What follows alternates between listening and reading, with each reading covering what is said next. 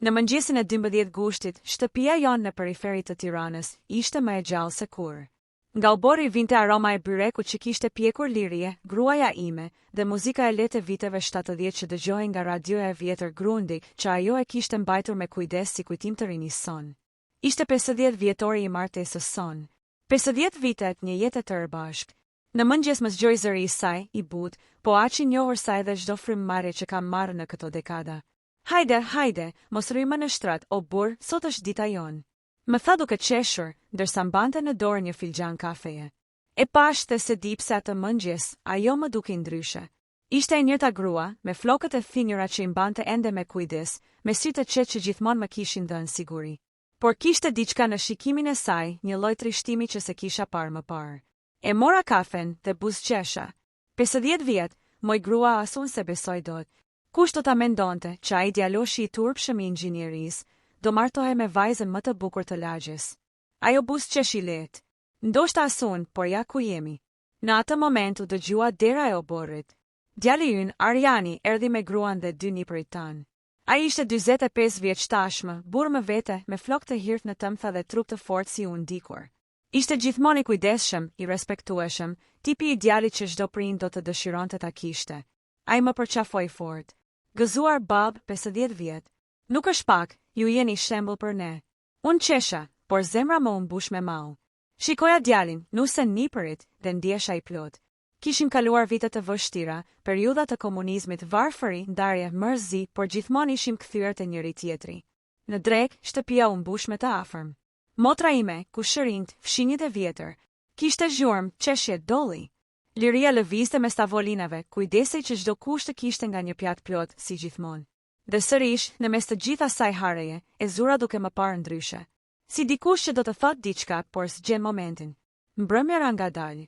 Festa u shua, të gjithë u larguan. Djali u përshëndet dhe na tha: "Nëse do kaloj prap, kam diçka për t'ju treguar." Kur dera u mbyll, shtëpia u kthye në qetësinë e zakonshme. Drita e llambës në dhomën e ndenjes ndriçonte fytyrën e Liries, që duke e lodhur, por edhe e çuditshme. "Çfarë ke, moj grua?" I thash unë, duke u ulur pranë saj. Ajo s'më pa menjëherë.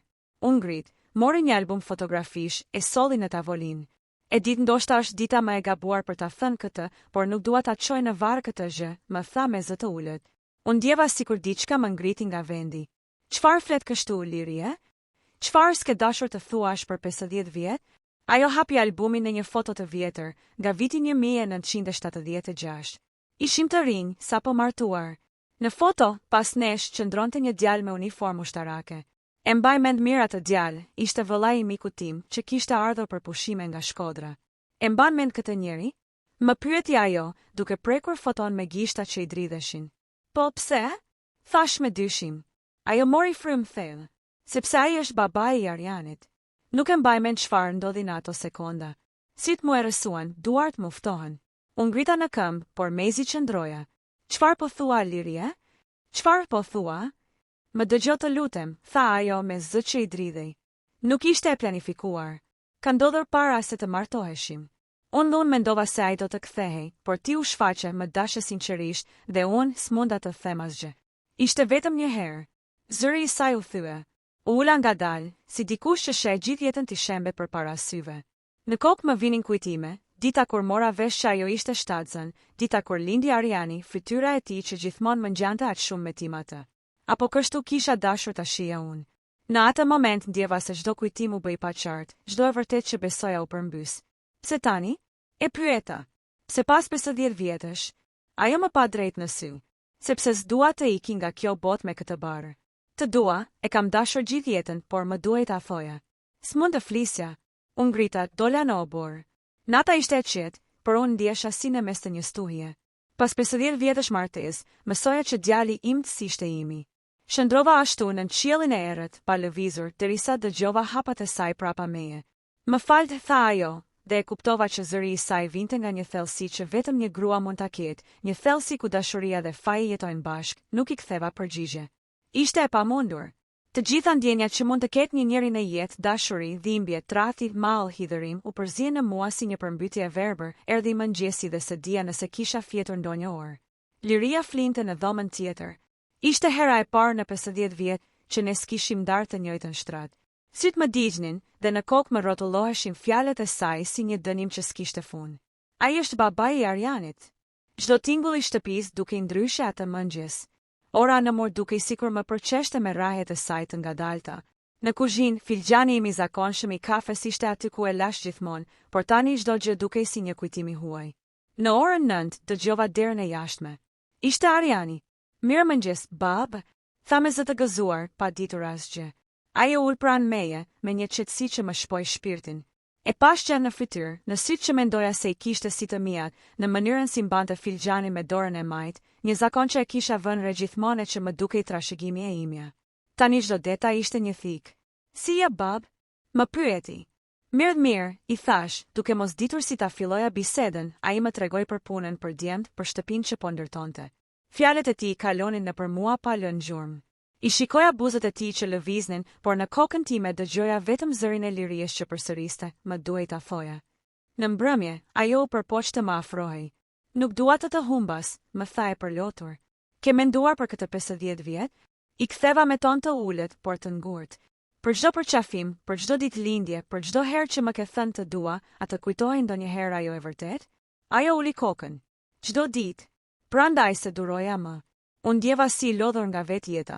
S'kisha fuqi as të zemërohesha. Ishte një trishtim që s'të bënte ulërish, por të vret nga dalë në heshtje. Kaluan ditë të tëra pa folur. Unë dilja në obor, ajo qëndronte në kuzhinë. Në shtëpi kishte heshtje, vetëm qente lagjes që lehinin larg. Një natë, Ariani më telefonoi. Bab, më ke dukur i mërzitur këto ditë. A je mirë? Po, jam mirë, djalë. Pak lodhje asgjë. E mbylla shpejt, por më pushtoi një ndjenjë tjetër. Ai e meritonte ta dinte. A duhet i thosha të vërtetën? Apo ishte më mirë të mos e dinte kurrë? Në fund të fundit, unë isha ai që e kishte rritur, e kishte mësuar të ecë, e kishte mbajtur për dore kur kishte temperaturë, i kishte bërë shtëpinë, i kishte dhënë gjithçka. Çfarë rëndësie kishte gjaku? Por, si t'ia mbushja mendjen vetes,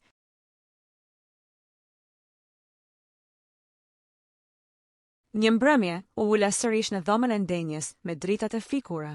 Liria erdhi qetë, u ul pranë meje. Kam menduar shumë, tha. Nëse do, mund t'i them vet Arianit. Jo, i tha shprehur. Ai nuk duhet ta dije. Ajo më pa me habi. Nuk do ta urresh më shumë kur ta mbash brenda vetes? Jo. Nuk dua ta shkatërroj jetën e tij. Ai është djali im, s'ka rëndësi kush e ka bërë. Ajo u përlod. Faleminderit. Por unë se thash nga falja, e thash nga frika. Frika se do të humbisja edhe atë që më kishte mbetur nga kuptimi i jetës sime. Kaluan muajt. Gjërat dukeshin si më parë në sy të botës. Fqinjit na shikonin si çiftin shembullor, djalin si birin e mrekullueshëm. Por unë ndjeja boshllëkun çdo ditë. Në mëngjes, kur shija filxhanët tan përballë njëri tjetrit, ndjesha si aktor që luan një rol në një film që se do më. Një pasdite, mora guximin t'i shkoja në zyra atij njeriu që ajo përmendi. Jetonte ende në Shkodër. Kishte kaluar të 70 hak. Unë nisa pa i thënë askujt. Rruga për në Shkodër mu duk më e gjatë se kur. Kur mbërrita, pash një burr të thinjur që mezi ecte me bastun. Ishte ai. Më fal që të bezdis, e i thash. Jam Leka, burri i Liries. Ai ngriti syt. Nuk foli menjëherë. E prisje që një ditë do vije, tha me një qetësi të frikshme. U ulëm në një stol para shtëpisë së tij. E di për çfarë ka ardhur, vazhdoi. Liria ishte një engjëll, por fati e solli ndryshe. E dëgjova në heshtje. Po, e di që Ariani është i imi, tha. Por se kam kërkuar kur. E dija që ti e doje, dhe ai ishte më mirë me ty. Më pushtoi një zemërim i qetë, një ndjenjë e çuditshme si respekti për zir me neveri. Se ke kërkuar, por e ke lënë të jetoj me një gënjeshtër, i thash. Ai uli kokën. Ndoshta, por ndonjëherë gënjeshtrat janë më të buta se e vërteta. Kur u ktheva në Tiranë, më dukej sikur çdo gjë kishte ndryshuar, edhe ajri. Liria e kuptoi që kisha qenë tek ai. S'kishte pse ta bëje, më tha. Duhet ta dija me sytë e mi. Dhe tani, e pash drejt. Tani, do jetojmë ashtu siç kemi jetuar, por unë s'jam më i njëjti. Ajo u përlot përsëri. Por në heshtje, e dija që dashuria s'ishte zhdukur. Ishte e përgjakur e lodhur e coptuar, por ende gjallë. Pas disa muajsh, shëndeti i saj filloi të përkeqësoi. Një ditë ra në tokë në kuzhinë. E çova në spital, dhe mjekët thanë që kishte probleme me zemrën. Shëndrova çdo ditë aty, në karrigen pranë shtratit. Kur ajo më pa, më tha, të lutem mos më urrej. E mora dorën e saj. S'di çfarë ndjej më, por nuk mund të urrej njeriu që më ka dhënë gjithçka. Ajo buzëqeshi për herë të fundit me sytë e saj të butë. Kjo është dashuri, pëshpëriti. Kur ajo u nda nga jeta, isha pranë saj. Njerëzit erdhen më ngushëlluan. Askush se dinte sekretin ton, përveç meje. Në varr, ndërsa e shikoja arkivolin të zbriste në tokë, ndjeva një dhimbje që se përshkruan dot fjala. Jo vetëm për humbjen e saj, por për gjithë ato vite që nuk do ktheheshin më kurrë siç ishin. Pas funeralit, Ariani qëndroi me mua disa ditë. Bab, ti ishe gjithmonë forca e saj. Ajo gjithmonë thoshte që ti ishe njeriu më i mirë në botë. E pash me lot në sy dhe se durova dot më. Arian, duhet të them diçka. Ai më pa i hutuar. Çfarë ka, bab? Unë griva. Zemra më rritë fort. Ishte momenti i së vërtetës. Por pastaj e pash në sytë e tij kishte dashuri, besim, mirënjohje. Sytë e një djali që më kishte pasur për baba gjithë jetën. E mbylla gojen. Jo, s'ka gjë, i thash. Thjesht doja të them që jam krenar për ty. Ai buzëqeshi më përqafoi fort. Të dua, bab. Dhe në atë përqafim, kuptova që ndoshta s'kishte rëndësi kush e kishte bërë. Dashuria që nda me dik është më e vërtetë se çdo lidhje gjaku. Por unë e di çdo natë, kur mbetem vetëm, ajo fjali më përndjekën dhe si hije. Djali nuk është i ti. Dhe ndoshta s'do ta harroj kur, por do ta mbaj brenda ashtu siç mbaj frymën, derisa të mbarojë edhe kjo jetë. Isha vetëm 24 vjeç kur e takova për herë të parë Lirien. Ishte vera e vitit 1973. Unë punoja si teknik në ndërtimin e hidrocentralit të Ulzës, ndërsa ajo ishte mësuese e re në shkollën e fshatit aty pranë. Ajo kishte ardhur nga qyteti, një vajzë qetë e sjellshme me flokë gështenje dhe sy që të qetësonin. Në kohën kur çdo gjë në Shqipëri ishte e rregulluar nga shteti, ajo dukej si diçka ndryshe, kishte një butësi që nuk i përkiste as fshatit, as qytetit, por vetë natyrës. Ne u njohëm përmes rastësisë. Një ditë në oborin e shkollës, ajo u mundua të ngjitej në shkallë për të ndreshur një perden e grisur, dhe unë, që po kaloja rastësisht, u afrova ta ndihmoja. Kujdes, mos rrëshas, i thash dhe ajo qeshi. Ai qeshi më mbeti në mendje për ditë të tëra. Në atë kohë, të njiheshe me dik ishte gjë serioze. Çdo shikim kishte peshë, çdo takim duhej të kalonte në vëzhgimin e syve të tjerëve. Por mes nesh kishte diçka të pastër, që s'kishte nevojë për shumë fjalë. Unë e shoqëroja pas mësimit deri në shtëpinë e arsimtarëve, ajo më jepte libra për të lexuar, unë i çoja molle dardha nga obori i hidrocentralit. Në fund të verës, mora guximin t'i propozoj. Lirie, unë s'jam pasanik, por të kam për zemër. Do martohesh me mua? Ajo më pa e qetë e pastër. Po, leka. Ishte po, jam më e bukur që kam dëgjuar ndonjëherë. Martesa jonë u bë në dimrin e atij viti. Ishte dasmë e vogël, por e bukur. Kishte daule, këngë, miq, bukë raki. Ajo erdhi nuse në shtëpinë time në Tiranë. Jetonim në një apartament të vogël me 2 dhoma në rrugën Ali Demi. Ishte gjithçka që kishim, por na dukej si pallat. Vitet e para ishin të lumtura. Ajo ishte kujdesshme, unë punoja ditë e natë për të ndërtuar një jetë të mirë. Kishim ëndra, bisedonim për fëmijë, për pushime në det, për të ardhmen. Por një ditë, në verën e vitit 1975, në lagjen tonë erdhi një i ri nga Shkodra, ku shëri një kolegu tim. Quhej Tomor. Kishte mbaruar ushtrin, punonte përkohësisht në Tiranë si shofer i ndërmarrjes. Ishte i gjallë, i qeshur, nga ata njerëz që të bëjnë të ndihesh mirë në shoqëri. U bë shpejt mik me mua, vinte shpesh në shtëpi, sillte fruta, ndonjë shishe raki dhe rrinte me ne në darkë.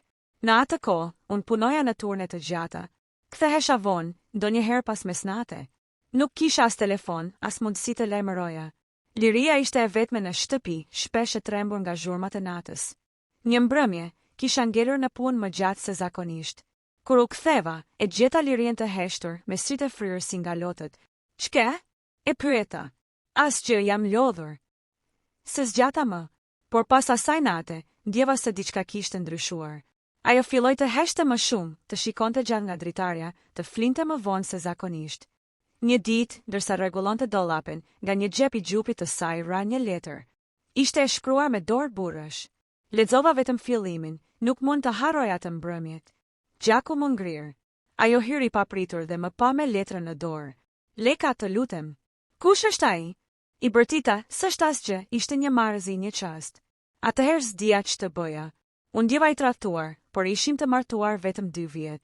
Shkova në punë, punova si robot, pa menduar, pa ndjer.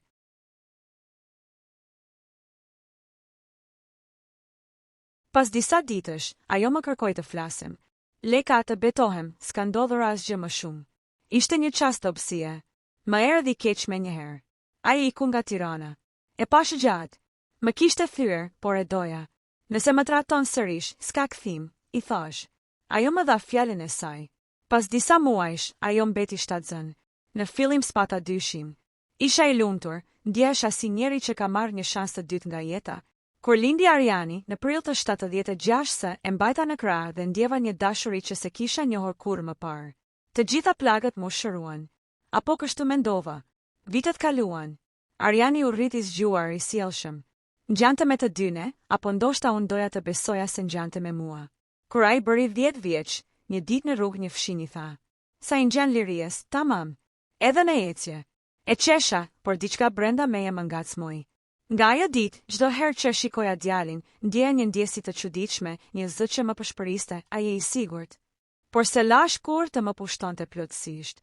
Ishte biri im, dhe asnjë analizë, asnjë dyshim, s'do ma ndryshonte këtë. Kur Ariani u bë burr, u martua, pati fëmijë, unë e shihe me krenari. Liria duke e lumtur. Ne plakoheshim bashk. Sekreti që ajo mbante u kthye në një hije që e ndishte, por asnjëherë se zbulova. Derisa pas gjysmë shekulli, në atë mëngjes të qetë gushti, ajo më tregoi gjithçka. Dhe tani, kur mendoj pas, çdo detaj, çdo moment, çdo buzëqeshje që më ishte dukur e zakonshme, merr një kuptim tjetër. Nganjëherë, njeriu jeton me gënjeshtra që veti ka pranuar pa e ditur. Dhe e vërteta kur del në dritë, s'është thjesht zbulim, është rikthimi çdo dhimbje që ke ndier ndonjëherë. Vitet kalonin ngadalë, por çdo ditë mbarte një peshë të fshehtë. Ishte fillimi i viteve 80, Shqipëria ishte e rrept, çdo veprim kishte sy që të vëzhgonin, çdo fjalë duhej thënë me kujdes. Unë punoja në ndërtim, Liria mësonte fëmijët e lagjes, dhe ne dukeshim si familja tipike shqiptare. Por pas asaj fasadeje normale, ajo kishte një kujtim që e mundonte çdo ditë. Një mbrëmje vere, kur unë isha larg me punë, ajo mori një letër të papritur. Nuk ishte e zakonshme të merrje letra, veçanërisht në ato vite. Letra vinte nga Shkodra, nga ai djaloshi që kishte kaluar për një periudhë të shkurtër në jetën e saj para se të njihej me mua. Ai kishte arritur të gjejë një mënyrë për ta kontaktuar. Ishte e shkruar me kujdes, por qartë kuptoi emocionin e vjetër që përmbante, nuk të harroj dot. Ai djalë që lindi nga një mbrëmje që s'mund të rikthehet, gjithmonë do ketë një pjesë të imes në të. Ajo heshti gjatë kur lexova atë letër mbi tavolinën e vogël të kuzhinës. Kur u ktheva në shtëpi, e gjeta të ulur pranë dritares, duke parë rrugën e zbrazët të qytetit. Nuk kishte fytyrë të lumtur si zakonisht, vetëm një heshtje të ngarkuar. "Lirie, çfarë ndodhi?" e pyeta duke u afruar. Ajo mori frym thellë. Asgjë, vetëm kujtime të vjetra që kthehen. Por unë e dija se nuk ishte asgjë. Një ndjenjë e thellë më thoshte se një sekreti po lëvizte nga hijeja e saj drejt ditës. Pas disa ditësh, unë u largova për disa javë me punë në një tjetër kantier të ndërtimit. Kur u ktheva, shtëpia ishte e qetë, por ajo duke e largët. Nuk foli për atë letër. Por unë e ndjeva tensionin e fshehur, një barierë që nuk kishte ekzistuar më parë midis nesh. Në pranverën e atij viti, ajo më kërkoi të shkonim për vizitë në Shkodër. Nuk kuptova pse, por pranova. Ajo donte të shihte familjen e saj, por ndjeva se kishte diçka tjetër. Unë nisëm me tren. Gjatë udhëtimit ajo heshti pothuajse gjithë kohën. Kur mbërritëm, sytë e saj shikonin çdo cep të qytetit, si të kërkonte diçka që nuk kishte parë kurrë më parë. Atë natë, në një kafe të vogël pranë lumit, ajo më tregoi diçka që më tronditi thellë. Leka, ai djalët, nisi me zë të ulët, ishte i pranishëm atë natë që ndodhi gjëja që ndryshoi gjithçka. Nuk ishte planifikuar, ishte një moment i vetmuar, një gabim i vetëm dhe ai djali u bë pjesë e jetës sime, në mënyrë që asnjëherë të mos e harroj. Unë e pash gjatë, ndjeja një stuj brenda. Ishte ajo e vërteta që do të më godiste pas 50 vitesh, djali që u rrit me mua nuk ishte i imi biologjikisht. Por ajo më tha gjithashtu se dashuria jon kishte mbetur e pastër, se unë isha gjithmonë i pranishëm për të, dhe se ajo kurrë nuk e kishte dashur atë tjetër në mënyrë që të më zëvendësonte mua. Kur u kthyem në Tiranë, unë e kuptova se gjithë ato vite ishin një ndarje e dy botëve, ajo dhe unë, dhe një sekret që rritej mes nesh. Ariani u rrit duke besuar se ishte djali im, dhe ne e përkraham ashtu si çdo prind do të bënte. Por brenda meje, një pjesë e çdo dite ishte mbushur me këtë informacion të fshehur. Vitet 90 erdhen me ndryshime të mëdha për Shqipërinë dhe për ne. Ariani u bë i rritur, u martua, pati fëmijë. Liria vazhdonte të qëndronte e sjellshme, por unë e dija se ajo mbani një kujtim që nuk do të largohej kurrë. Në çdo bisedë, çdo përqafim, unë ndjeja peshën e fshehtësisë së saj. Dhe kështu erdhi dita që nuk e prisja. 50 vjetori ynë. Një ditë e qetë gushti, një mëngjes me diell, një shtëpi plot njerëz dhe zhurmë. Dhe ajo, gruaja ime e dashur, më tha të fjali që ndryshoi gjithçka, djali nuk është yti. E pash gjatë, pa fjalë. Zemra më rrihte, mendja më shkuar diku tjetër. Ishin 50 vite, por një sekreti i vetëm mund të ndryshonte çdo gjë, ditët pas 50 vjetorit ishin të çuditshme. Shtëpia dukej normale për çdo që vinte dhe na shikonte nga jashtë, por brenda, çdo hap, çdo tingull, çdo shikim kishte një kuptim tjetër. Kur shija Arianin duke luajtur me nipërit tan, ndjeja një ndjesi të çuditshme, një përzierje dashurie dhe dhimbjeje që s'mund ta shprehja me fjalë. Një mëngjes, kur Ariani po pinte kafe në kuzhinë, u ul pranë tij pa thënë asgjë për disa minuta. Ai e ndjeu tensionin, por nuk dinte çfarë të pyeste. "Bab, je mirë?" pyeti me zërin e tij të zakonshëm. "Po, djalë," i thash duke u përpjekur të buzëqeshja. Por buzëqeshja ime nuk arrinte sytë e tij. Pas disa orësh heshtjeje, mora guximin të filloja bisedën. "Arian, ka diçka që duhet ta dish," fillova me zë të ulët, po thuajse një pëshpëritje. Ai ngriti kokën, sytë të zgjeruar. "Çfarë ka, bab?" Dola drejt dritares, përpiqesha të kontrolloja emocionet. Zemra më rrite fort, fryma më vinte shkurt. Ishte momenti më i vështirë i jetës sime. "Dëgjoj," i thash, "çdo gjë që ke qenë, çdo gjë që e di dhe ndjen është e vërtet për mua. Ti je djali im për gjithë jetën. Por ka diçka që nuk e kam thënë kurrë." Ai më shikoi me habi dhe një farë frike të lehtë. "Çfarë diçka?" pyeti, dhe unë ndjeva një tërheqje të madhe të momentit, një dëshirë për të shpëtuar gjithçka nga kjo e vërtetë. Para se të lindje ti ka qenë një natë, vazhdova duke ndjerë çdo fjalë si thikë që më depërton brenda. "Liria, gruaja ime, ka pasur një marrëdhënie të shkurtër para se ne të martoheshim. Ai ishte," unë dala për pak, por pastaj vazhdova, "ai është babai i tu." Ariani nuk foli. Thjesht më shikoi gjatë, si të provonte të kuptonte çdo fjalë. Sytë e tij u mbushën me lot, por ai nuk qau menjëherë. Një heshtje e gjatë mbushi kuzhinën. Ndërsa unë prisja një reagim të fortë, diçka që do të shkatëronte gjithçka, ai u ngrit, më përqafoi dhe më tha: "Bab, nuk ka rëndësi. Ti më ke rritur, më ke mbajtur, më ke dashur. Nuk ka gjë tjetër që ka rëndësi më shumë."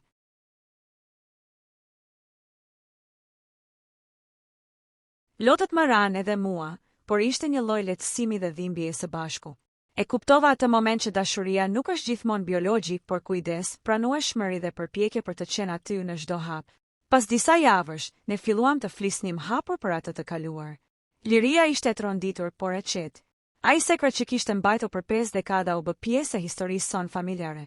Nuk e përdorën për të gjykuar, por për të kuptuar dhe për të falur. Jeta vazhdoi, por çdo përqafim, çdo bisedë, çdo gest kishte një dimension tjetër. Unë e kuptova se nuk kisha humbur asgjë nga marrëdhënia ime me Arianin, përkundrazi, ajo u bë më e fortë sepse e gjithë jeta kishte treguar që dashuria ishte më e madhe se çdo e vërtetë që mund të kishte mbajtur fshehur. Disa vite më vonë, kur Liria u nda nga jeta, Ariani qëndroi pranë meje dhe më tha: "Bab, e di se çfarë ndodhi, por nuk ka rëndësi. Ti ke qenë gjithmonë baba im dhe do të jesh gjithmonë." Në atë përqafim, ndjeva një qetësi të thellë.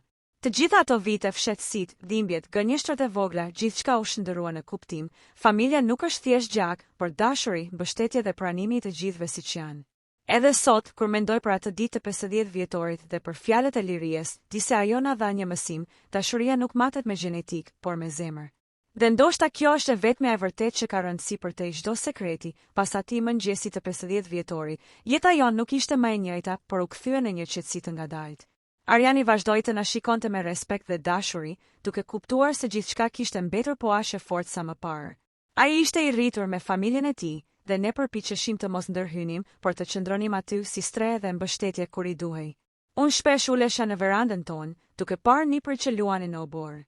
Ata silleshin si çdo fëmijë, plot energji dhe zhurmë, dhe ndonjëherë më dukej sikur shikoja veten dhe Arianin kur ishim të vegjël.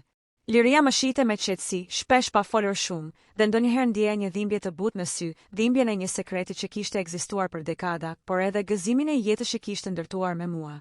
Një ditë, ndërsa Ariani vinte me fëmijët e tij në vizitë, më ndodhi diçka që nuk prisja. Një prej nipërve, voglushi i vogël, më pyeti: "Gjush, pse ti gjithmonë qëndron këtu dhe i shet të tjerët?" E pashë gjatë. Nuk kishte ndonjë kuptim që mund të përshkruante gjithë ato vite përpara tij.